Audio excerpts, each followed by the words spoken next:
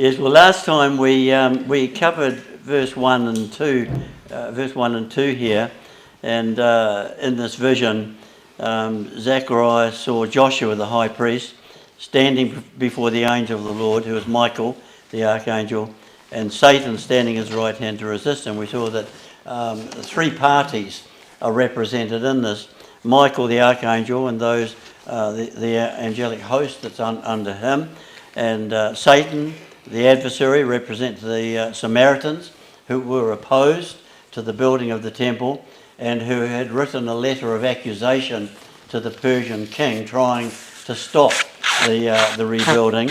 And Joshua, of course, the high priest, he represented the Jews.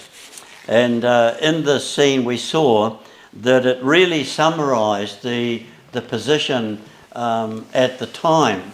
And the only difference is it's a court, like a court scene.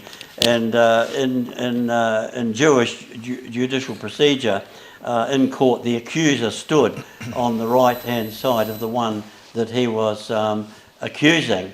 And here, instead of it representing the Satan or the Samaritans accusing the Jews in front of the Persian king, who would be the judge, instead of it being the Persian king, it's the angel. It's the angel of the Lord, showing that the Persian king's not the one in control. He's not the one that's going to be able to make the decisions. It's the Lord. And the angel of the Lord, Michael, represents him. And then in this vision, even before a verdict is given in response to the Samaritans' accusation, Zechariah is shown what the verdict is going to be, and he sees that Satan is going to be rebuked. And we saw in Ezra that's exactly what happened. The Persian king made inquiry, found out that Cyrus the Persian had authorised the building of the temple, even arranged to supply the materials and the offerings and all that. And because the policy of the Persians was to never change any rules or decisions that are made, he insisted that it be carried through, and he warned the Samaritans to keep away, stop resisting, and unless they obeyed him, well then a beam would be taken down from their house and they'd be hung on it. So that was a wonderful revelation to be told by the Lord what the verdict is going to be, because as they were rebuilding the temple, they were working under stress. They were apprehensive about what's the king of Persia going to say. Is he going to take the side of the Samaritans? Is he going to take our side? Is he going to stop us? What's the future? Are we ever going to build this temple? What's going to happen? And God tells them even before the Persian king gave his verdict. And of course we saw that the Jerusalem, like a brand plucked out of the fire, Jerusalem had been destroyed by fire, and the temple by the Babylonians, and the Samaritans wanted it to stay in that burnt out, destroyed state. But God's saying, no, it's going to be like a brand plucked out of the fire. I'm not going to let it be consumed and destroyed. It's going to survive. And that is exactly what happened, of course. The temple was rebuilt, and eventually the city of Jerusalem was rebuilt as well. And just reinforcing to us the fact God has the last say. It doesn't matter what man or what men or what nations say or what they determine. At the end of the day, God has the say. And so that just encourages us to believe what so many scriptures say about putting your trust in him, knowing that he will undertake and he will see to it that the right thing is done. So we go on into verse 3, where it says that now Joshua, remember Joshua is the high priest, Joshua was clothed with filthy garments, and he stood before the angel. There are two ways of looking at this. There's a natural and a spiritual, or a historical, or a prophetical. Firstly, the natural application. In the book of Ezra, we read that Joshua, even though he was the high priest, he took part in the rebuilding of the temple. He got out among the people on the same level as them. He got his hands dirty, he got his garments dirty. But when the work was finished and the temple was rebuilt, a change of raiment would need to be given to him, of course, as the high priest. As we read in verse 4, when the work was finished, that would be the time that the change of raiment would be given. And in verse 4, we read that in spite of Satan's opposition, the work will get finished. And of course, Joshua will minister in that temple, and he will need the garments of the high priest to be clean and to be tidy. So that's a natural way and a historical way of looking at Joshua being clothed with filthy garments. But there's at least half a dozen reasons for believing in a spiritual and a prophetical application. Firstly, of course, Joshua is the name of Jesus. And so we immediately, and we've already done this, and we've already emphasised this, that in many respects, he, having the same name as Jesus, portrayed Jesus, typified or foreshadowed Jesus in many ways. Secondly, the removal of the garments from Joshua, the high priest, is explained to signify the removal of iniquity. The filthy garments are described as iniquity, that is, sin. Firstly, removed from him, they're removed from him, the high priest, and afterwards in verse 9, they're removed from the land. That is, the iniquity is removed from the land, that is, the people, the Jews. Thirdly, Joshua and his fellows, that is, the fellow priests, are referred to in verse 8 as men of sign. That is, a sign of someone, and that someone is explained to us to be the branch, which of course is the Messiah. Yeah. It's Jesus, who was linked with the stone upon which the Lord engraved 7 eyes by his Spirit in the following verse. Fourthly, Joshua is told that if he's obedient to God and keeps his charge, he will not only be high priest, but also judge. That's in verse 7, which means ruler, signifying a king priest. And that is actually confirmed in chapter 6, verse 12 to 13, where we read about the council of peace being between the ruler and the priest. And that, of course, was fulfilled in Jesus.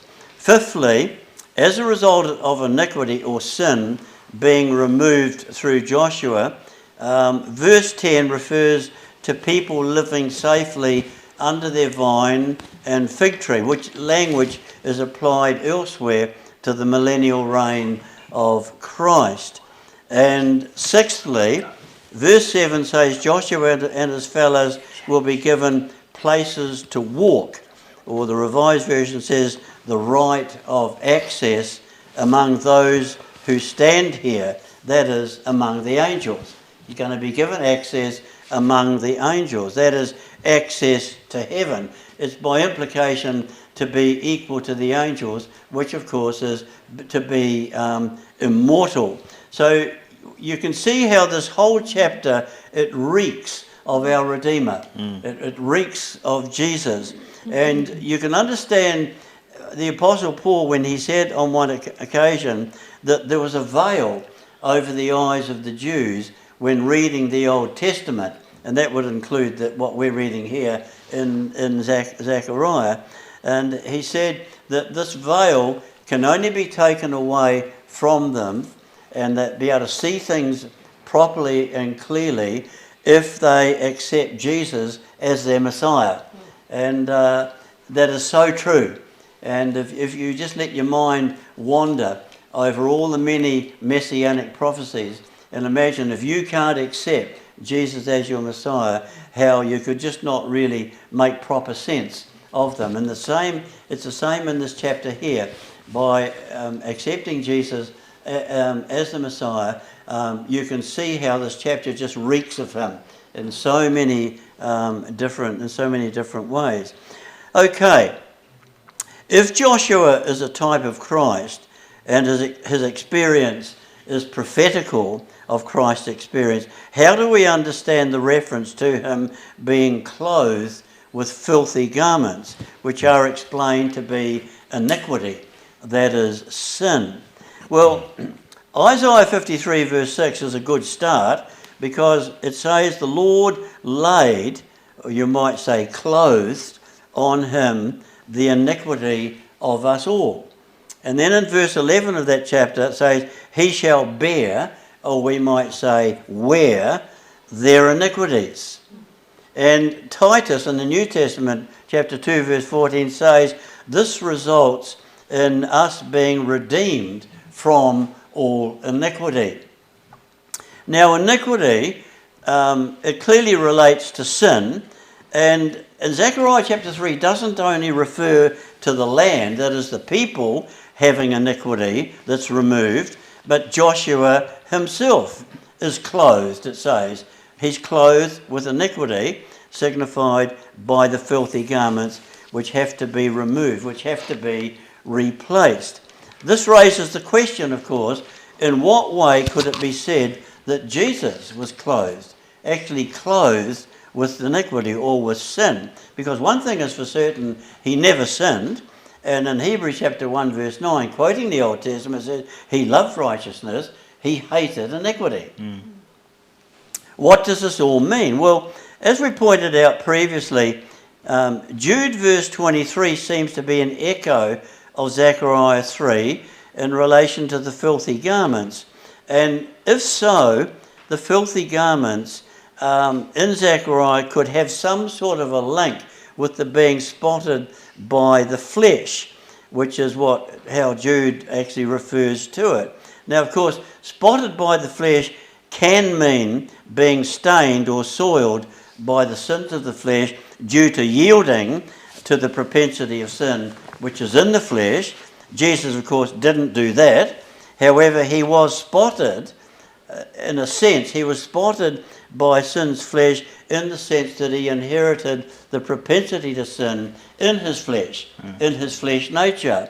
This was due, of course, to being conceived by a woman who had a sinful flesh nature.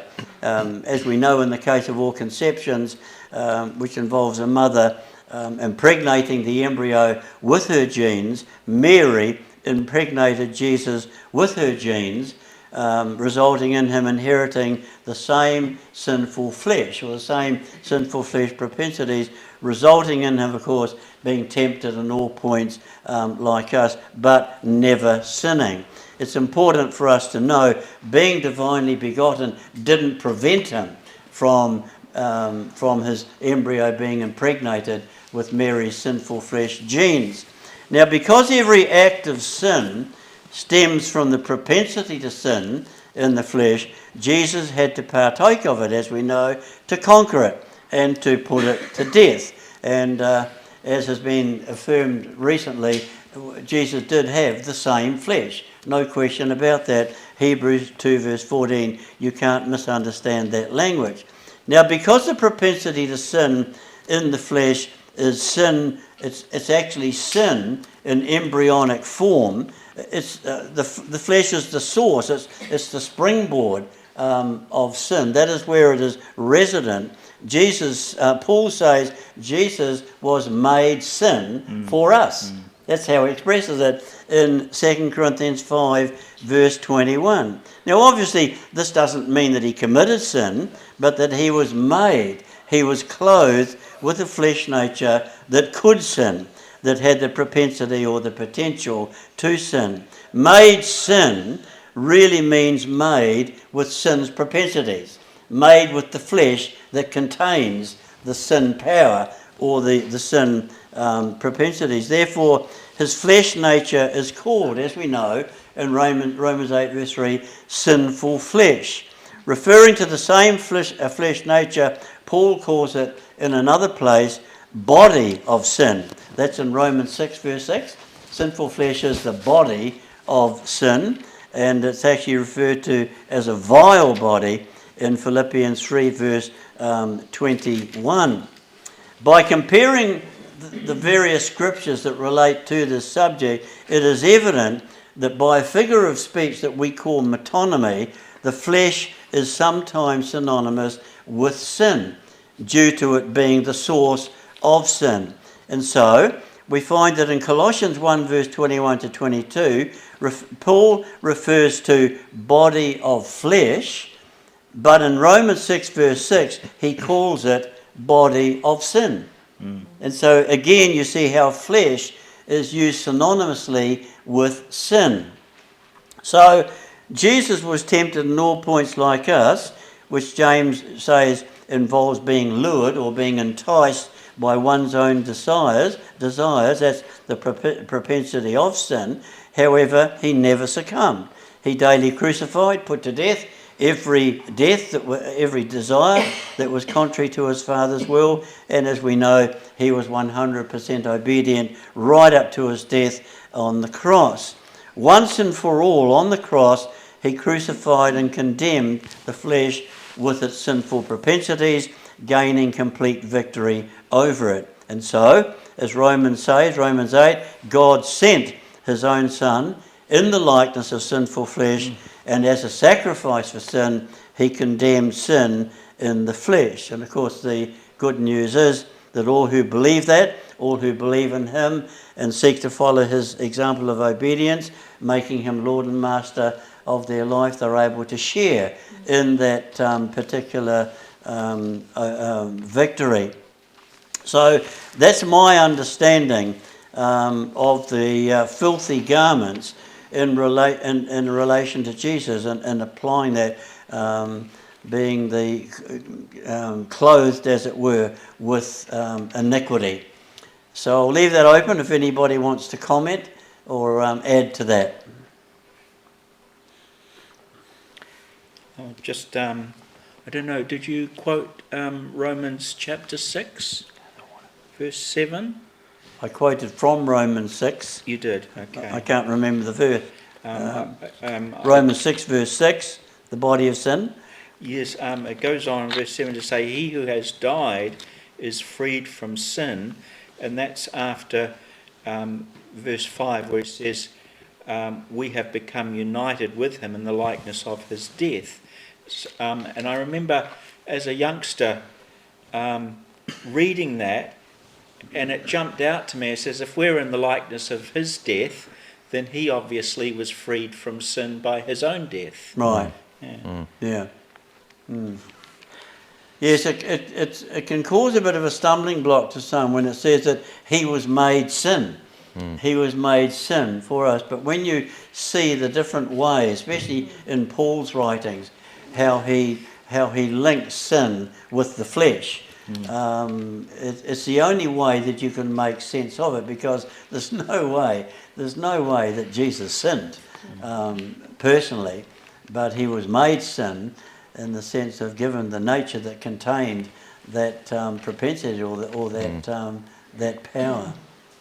I think of Galatians 3, would you sort of put that under the same light? It's all who was rely on observing the law are under accuse, whereas written, cursed is anyone who does not continue to do everything written in the book of the law. Right. That Christ became a curse for us. Yeah. Right. Yeah. All right, can we go on into verse 4? And he answered and spoke to those that stood before him. And he asked them to take away the filthy garments from him. And unto him he said, behold, I have caused thine iniquity to pass from thee, and I will clothe thee with change of raiment. The Lord here, of course, is the angel of the Lord, referred to in verse 1. That is Michael. And those who stood before him are attendant angels. They're not Joshua's fellows. They're not his fellow priests, because they sat and did not stand before him, as we read in verse 7. So you have two groups here, those who are standing, those who are sitting. Those who are standing are the angels who were present. On the basis of what has been said, that is, the removal or divestment of the filthy garments signifies the divestment of Christ's mortal sinful flesh nature, this would mean that being clothed with a change of raiment represents a change of nature. That's what it would have to signify. The change of Joshua's raiment, according to verse 5, involved garments. Being high priest, this would involve a long robe, because that's what the high priest wore. In fact, the Septuagint version gives us long robe in its translation. Now, as we know, Jesus died on the cross and was buried in the tomb, and the body that was buried in the tomb was a mortal, sinful nature that he bore during his life, during his ministry. But he came out from the tomb with an immortal, sinless body. He had a change of nature, and angels stood nearby at the time. We read that in the Gospels. Those angels no doubt removed the grave clothes from Jesus, and no doubt provided him with a new clean linen robe that he wore after his resurrection. We know the Romans crucified him naked and confiscated his garments. They cast lots for them, so new garments had to be provided, and the angels were the only ones that were likely to have done it, because nobody else, none of his friends or disciples, had anything to do with that. So Jesus had a change of nature from a mortal, corruptible body to an immortal, incorruptible body. The words change and clothe and long robe are used elsewhere, as you will know, in relation to the bestowal of immortality, that is the divine nature that is conferred on the body. For example, Job 14, so he says, "If a man die, shall he live again? All the days of my appointed time will I wait till my change come." 1 Corinthians 15, "We shall not all sleep," that is die, "but we shall all be changed. For this corruptible body must put on," or must be clothed, we might say, "with immortality." And in 2 Corinthians 5, verse 1 to 5, Paul says, "We who are in mortal, sinful bodies, we desire to be clothed." We desire to be clothed with a body bestowed by heaven's power, that is clothed upon, so that mortality might be swallowed up by immortality. And in Philippians 3 verse 21, reference there to Jesus, who will change. He will change our vile body, that it may be fashioned like unto his glorious body. And of course, in other places, in Mark 16, Revelation 1, angels and Jesus are depicted wearing a long robe. So, moving into verse 5, "And I said, let them set a fair mitre upon his head." Not all agree that these words were spoken by Zechariah himself. Some modern translations make the words come from the angel. But personally, I have no problem with the words coming from Zechariah. And in some respects, I think it's more appropriate, because the high priest and his garments, which empowered him for his service, would be of much more concern to Zechariah, I would think, than the angels, because the high priest didn't have a lot to do with the ministry of the angels, but it certainly did with Zechariah. That would be my way of understanding it. And so, if if it was Zechariah who actually said, let them set a fair, that is a clean mitre on his head, that would be the first and the only time in this vision that Zechariah himself speaks. Up until now, he's just been a silent spectator of the vision that's passing before him. In bursting out in prayer, requesting that a clean mitre be placed on Joshua's head, what Zechariah is asking for is the reclothing of Joshua's high priest attire to be completed, so that he's in a position to be able to fulfill the whole ministry of a high priest according to the law.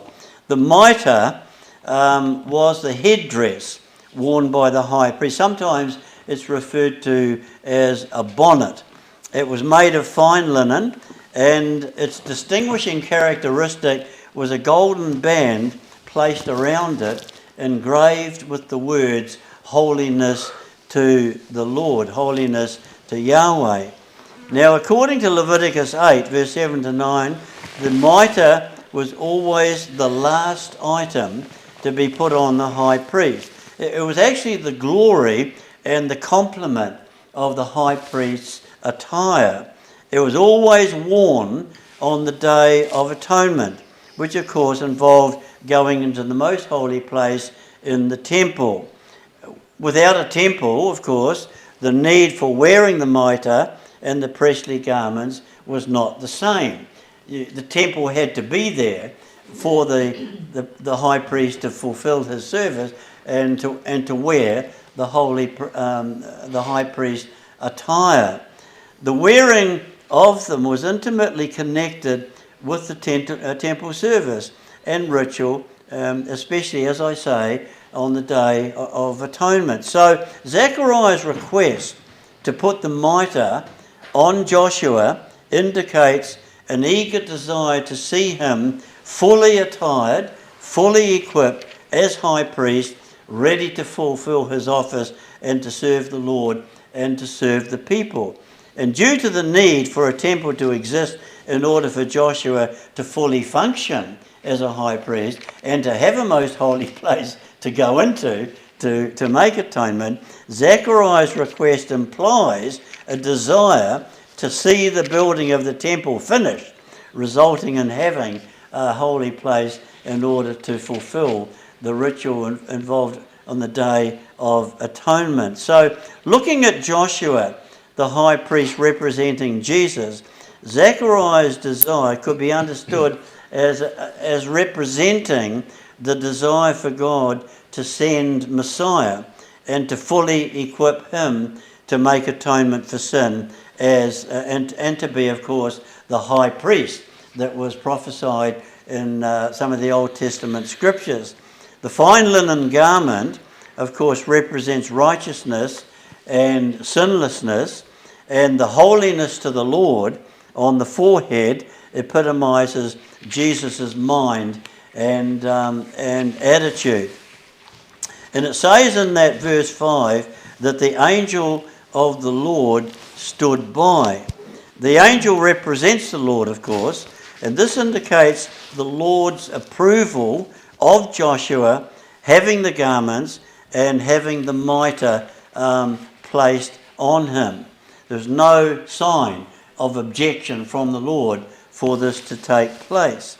Rotherham's translation says the angel stood up instead of stood by, which could be significant.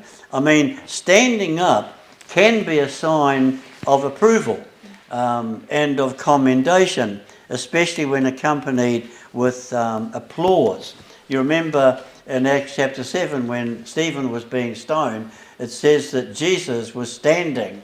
He wasn't sitting, he stood up. Yeah. From sitting down, he stood up there as a sign of approval, as a sign of commendation of Stephen and his ministry.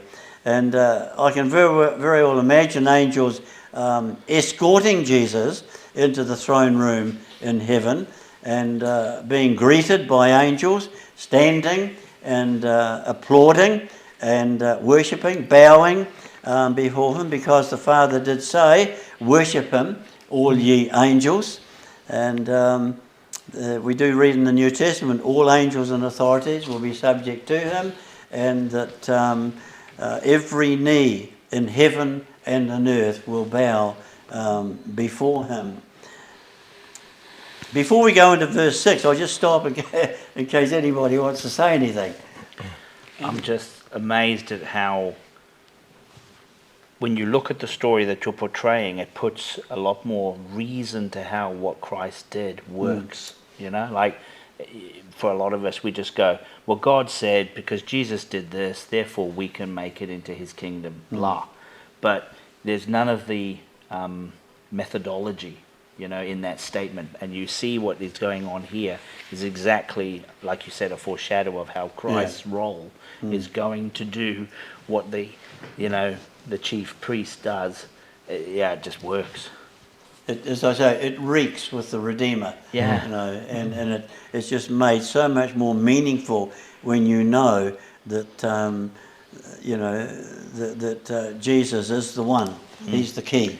And just earlier when you said, how, it's sin in the flesh, and if you sort of look at sin as a contaminant, as an illness, the body is the carrier. It's always been the carrier since, Adam and Eve sinned, and you spoke of, being naked, and then they knew themselves to be naked once they became of that knowledge, and that theme is even carrying forward right all the way into Joshua. It's just so much tying all the way through. It's brilliant. Yeah, it's a kind of passage that a group could get down on and get a lot more out of it than what I'm presenting. It's just really unlimited, the amount of stuff that can come out of it once you see Jesus as the focus, focus of it. And I'm sure that's happening for everybody. Like, you're just remembering this scripture, and the Spirit's quickening you to this scripture, and you're just seeing, no loose ends anywhere. It's all tied up. I'm not sure why, but I always assumed that any one priest only had one set of high priest garments. Is it possible that they had, say, two, in the event that one of them needed washing from sweat or dust or blood or whatever? I don't know why, but I always assumed that they only had one. And this has made me think that maybe it was not unusual for them to have more than one. You could be right. There's nothing to say that they couldn't be washed, if they needed to be washed. I know that the priests would have to wash themselves, so maybe that was when their clothes were washed. Also, for some reason, I thought that they had to have the turban on throughout their service. They couldn't take it off. And I don't know where I got this from, but I thought that was why the Nazarite wouldn't grow their hair. What I mean is they wouldn't cut their hair until they finished their Nazarite vow. For some reason I thought, and I don't know, maybe it goes back to the fact that Sikhs wear a turban and they don't let their hair get cut, and it gets longer and longer and longer under the turban. But that wouldn't be true of the Israelite high priest, would it? Wouldn't think so. No, neither would I. And I mean, the Nazarites weren't necessarily priests anyway. No. Anybody could take a Nazarite vow, so they wouldn't have a turban. What I was getting at was that the Nazarite vow meant that they had to grow their hair long, and for some reason in the back of my mind I thought that was because the high priest's hair grew long as well. I doubt it, because it was normally a curse. They weren't to let the hair grow long. That's the thing. Yeah. What I was coming to though was, does the fact that the high priest and the other priests for that matter wore bonnets, does that have any bearing on what Paul has to say about head coverings in Corinthians 11? I don't think so, because the head covering's hair. Yeah, It's I not understand a that. bonnet. Yeah, but obviously Paul is saying that men shouldn't have a covering. Meaning shouldn't have long hair. Yeah, shouldn't have long hair. And I thought my reading of it was the implication was that he wasn't expecting men and or women to wear an artificial covering. So.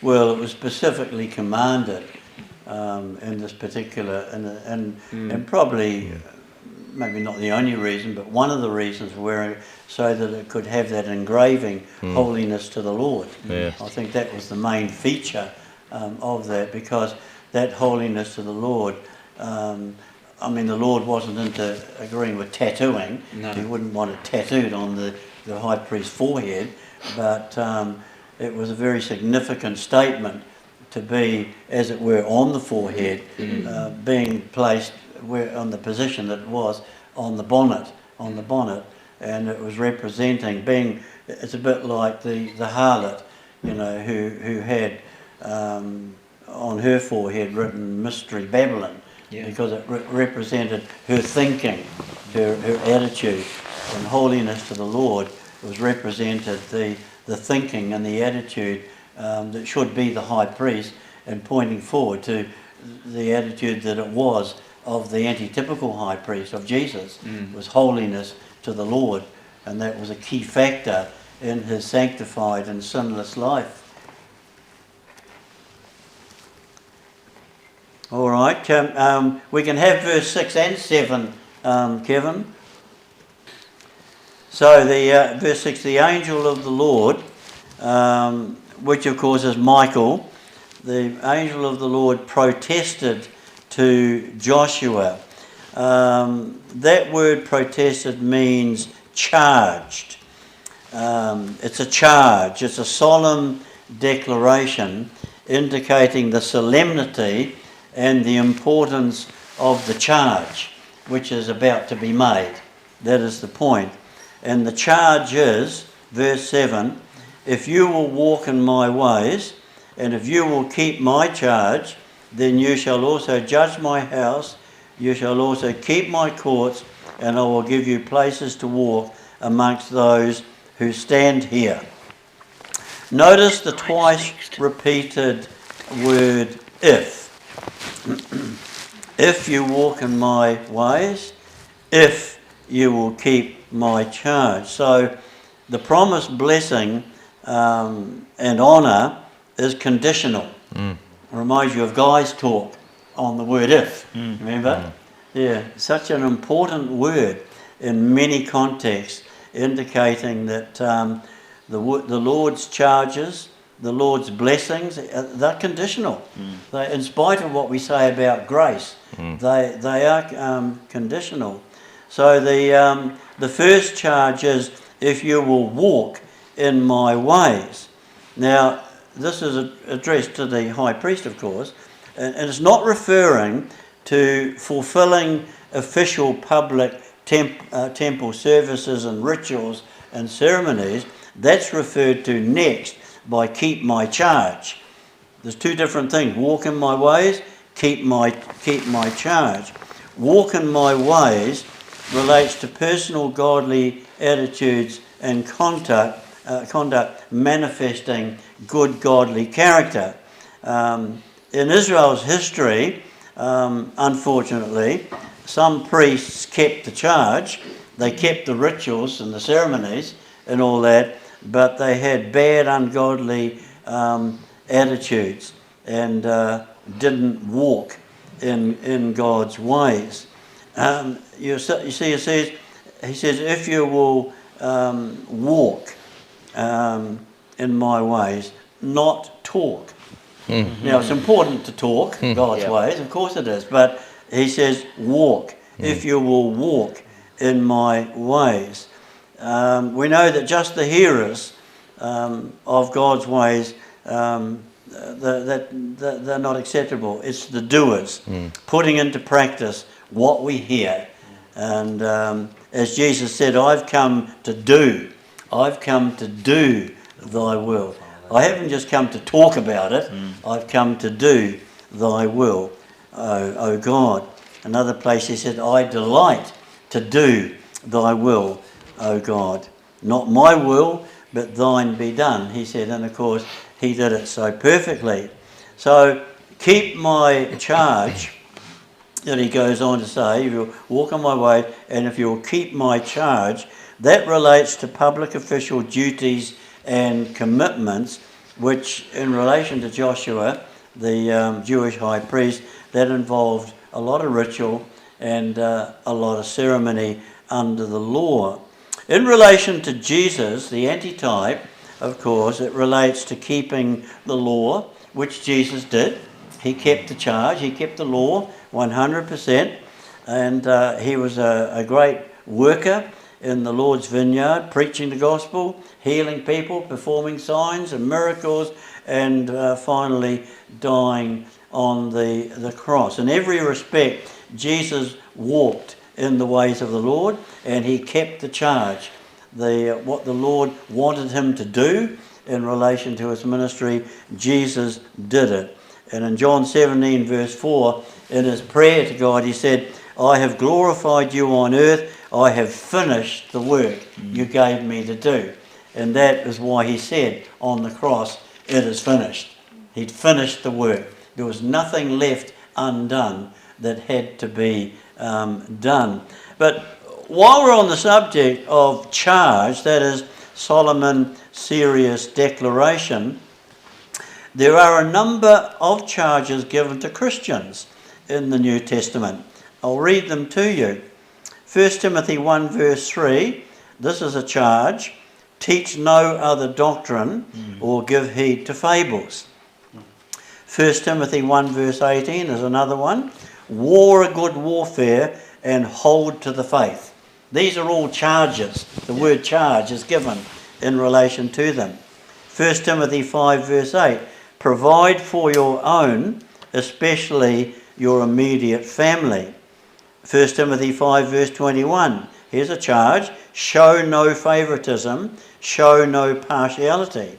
1 Timothy 6 verse 14, keep the commandments without spot until the second coming of Jesus. 1 Timothy 6 verse 17, notice they're all in Timothy. All these charges, they're all in Timothy. 1 Timothy 6 verse 17, don't be high-minded and don't trust in money. Don't trust in riches.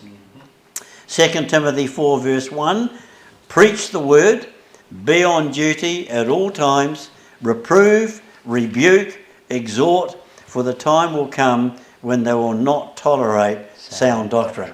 So there's a few charges that are worth keeping in mind. So the reward promised to Joshua for walking in God's ways and keeping his charge is threefold. Firstly, you shall judge my house. Secondly, you will keep my courts. And thirdly, you will be given places to walk among those who stand by. Regarding judge my house, that word judge means to rule, to govern, or to control, to have charge of. Those who were judges over Israel prior to a king being appointed they virtually officiated like a king. They weren't called a king and they weren't a king officially, but they really performed the ministry, very similar ministry to a king. So that's what judge sort of signified. To my house, to judge my house. The house, of course, is Israel, which was the Old Testament church. Moses, you remember, was faithful in God's house, which was the Old Testament church. It was Israel. So Joshua is not just promised to be judge over his priestly tribe of Levi, but all the tribes. He's promised to be judge over the whole nation of Israel. And it was the function, of course, of the high priest as God's representative to judge, to give decisions, in all matters of controversy and all of that. He also had authority to control the running of the temple, involving offerings and ordinances and all the rituals and all the rest of it. But the same Hebrew word is translated judge in Psalm 72 verse 2 in relation to a king exercising royal authority. So the use of this word judge in Zechariah 3 in relation to Joshua the high priest could very well convey that royal authority would be combined with his priesthood. In other words, a king priest. It's sort of speaking of a king priest situation, as in the case of Melchizedek, you remember, who was a king priest and who foreshadowed Jesus, who was the ultimate king priest. Psalm 110, you remember, prophesied that thou art a priest forever after the order of Melchizedek. And then verse 6 of the same chapter says, he shall judge, same Hebrew as in Zechariah 3 verse 7, he shall judge among the nations. So you can see how that word judge is actually used in relation to the king priesthood of Jesus, and I think is foreshadowing that in this particular statement in Zechariah chapter 3. The separate offices of king, priest under the law, as you will appreciate, were very jealously guarded in the past. It was unlawful for a priest to try and usurp the position of a king, and vice versa. We know that some attempts were made on several occasions during the Old Testament history with very serious repercussions. You remember in the time of King Saul and Samuel, and how that King Saul got a bit carried away there, was waiting for Saul. The enemy was threatening, and they were waiting for Saul to come and offer up offerings and seeking the Lord's intervention. And when Samuel didn't come in time, Saul took it upon himself to do what only the priest should do, to make the offering, and that got him into a whole heap of trouble and was the beginning of the downfall of him. Yes, the two offices of priest and king were very, very jealously guarded, and woe betide the king who stepped out of line and tried to perform the ministry of the priest, and vice versa. And that's what happened in Saul's case. Up until the time of Christ, the offices of king and priest were not combined in one man, that's for sure. But Zechariah chapter 3 indicates that it's going to be ultimately with the ultimate Yahshua, with the ultimate Jesus. Zechariah 6 verse 12 to 13 is even clearer, and we'll come to it eventually. It says that the branch, which is a title for the Messiah, it says, he shall be a priest upon his throne. A priest upon his throne. Well, of course, in Old Testament times, priests didn't have thrones. Only kings had thrones. And they But didn't this is sit saying, down, did they? No. They didn't sit down while they were no, that's in their right. priestly Yeah. role. So it says that the branch, the Messiah, he's going to be a priest upon his throne, with the result that the council of peace shall be between them both. In other words, there'll be peace between the two offices.